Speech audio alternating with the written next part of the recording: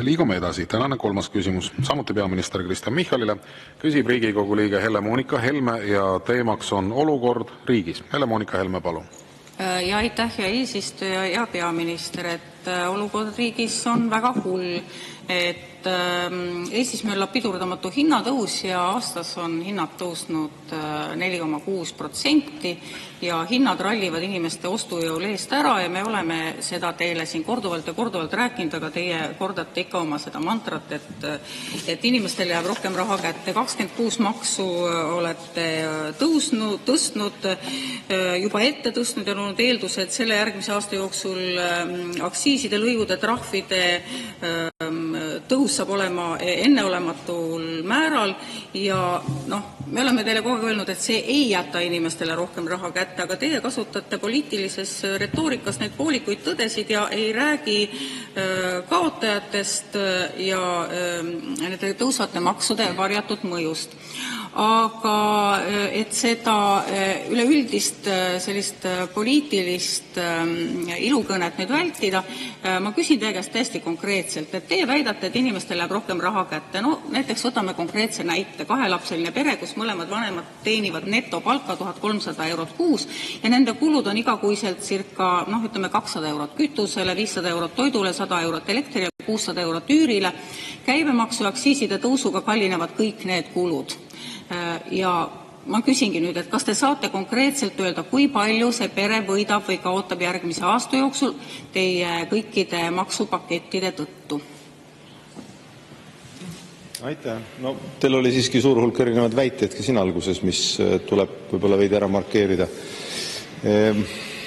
Inflatsiooni juurpõhjus, see on viimasel ajal väga levinud termin, on palgatõus. Palgatõus, mis läheb üle teenustesse, põhjustab ka päris palju seda sama hinnatõusu. Ma tuginen siin Eesti Panga keskpanga presidendi Madis Mülleri kirjeldusele. Nad on seda ilmselt teinud, aga sama saavad ka teised analüütikud teha, eks igalühel ole oma hinnangud täpse määra kohta. Aga umbes 2/3 inflatsioonist tuleb siis palkade tõusust ja toormehindadest. Seda me näeme tihti ka erinevate toiduhindade puhul ja olen minagi lugenud näiteks ka Delfis mõni nädala tagasi ilmus päris asjalik lugu sellest, kuidas toidutootjad, lihatootjad kirjeldasid, kuidas toormehinnad tõusevad maailmaturul erinevate haiguste, probleemide tõttu. Eestiski praegu ju näiteks veiste puhul on suu- ja sõrataud mõjutamas seda ja nii edasi, nii et põllumajanduse erinevad riskid tõstavad seda hinda, mitte kellegi üksi ahnus, vaid pigem maailmas levivad haigused ja turu eripärad. Aga inflatsiooni juurpõhjus Eestis on ikkagi palgatõus ja palgatõus on, ütleme nii, et 2/3 sisu koos toormehinnaga. Nüüd inflatsiooni ohjeldamiseks, mida saab teha? Inflatsiooni ohjeldamiseks saab astuda samme, vähendada riigi kulutusi ja seda me ka teeme. Kokkulepe on, et riigieelarve kulutusi vähendatakse 3 aastaga 1,4 miljardit.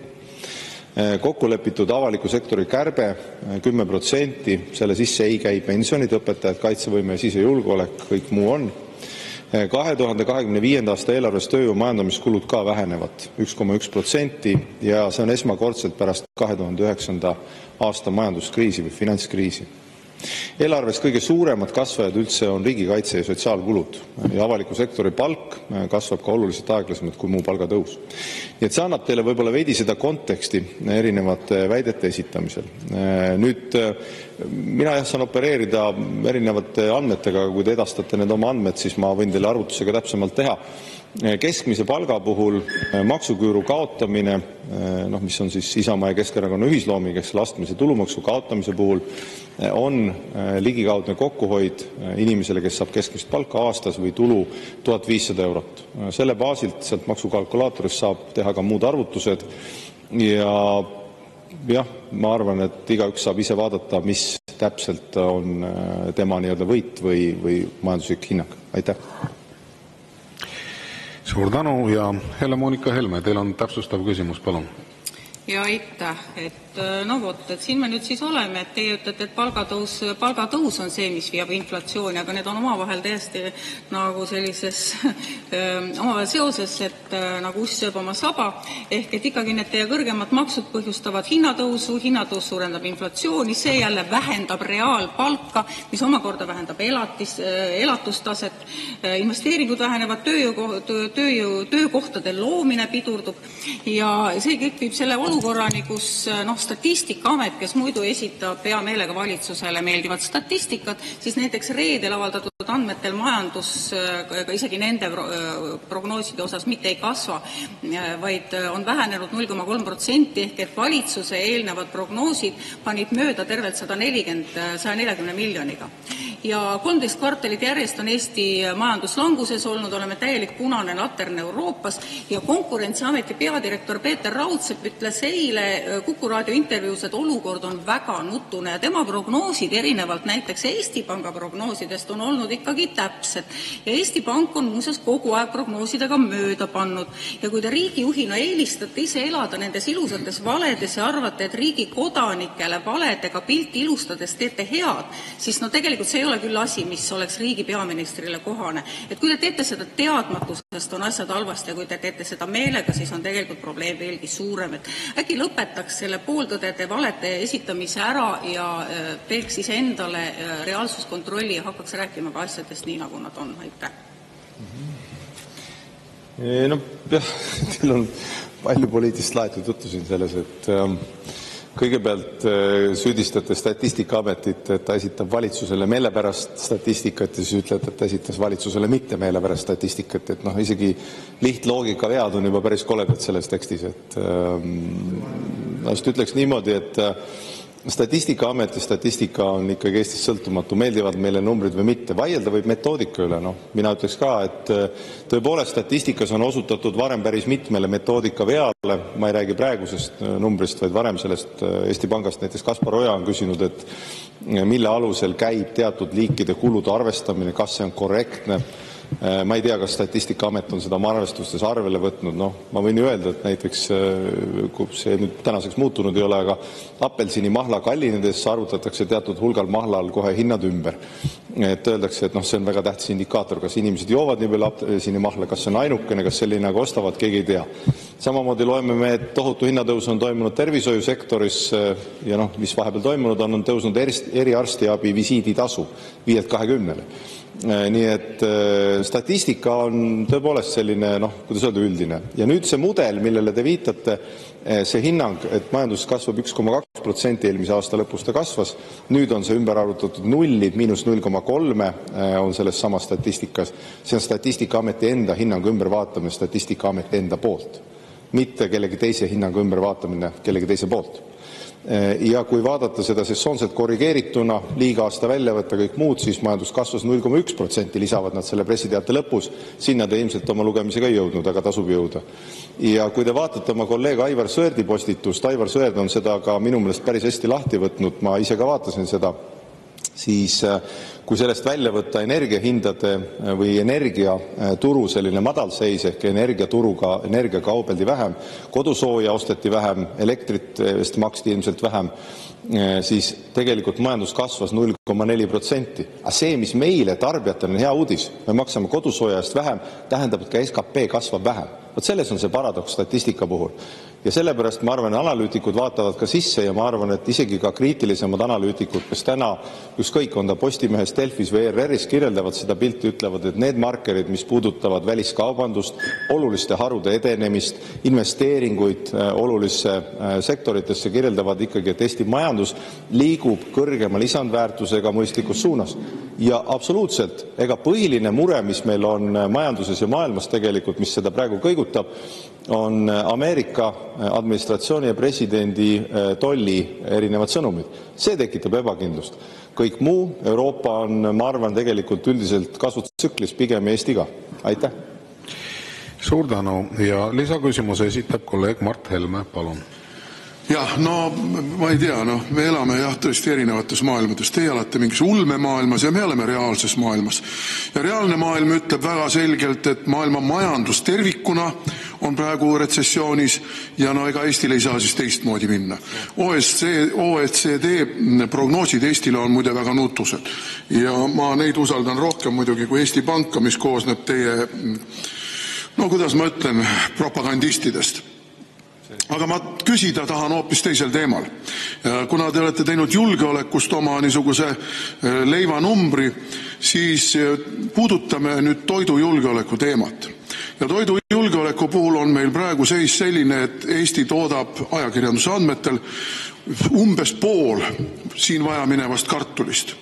Me ei suuda ennast varustada loomalihaga. Me ei suuda ennast varustada sealihaga. Meil on teraviljatoodang sõltuv sellest, kuidas on parajasti aasta. Kui on hea aasta, jäädakse kergelt plussi. Kui on halb aasta, ollakse miinuses. See tähendab seda, et kui on halb aasta, me võime ka teravilja osas jääda sõltuvaks sisseveost. Ja nii me võime tuua välja siin terve hulga ka muid, me enamiku köögivilju ei tooda ise piisavas koguses.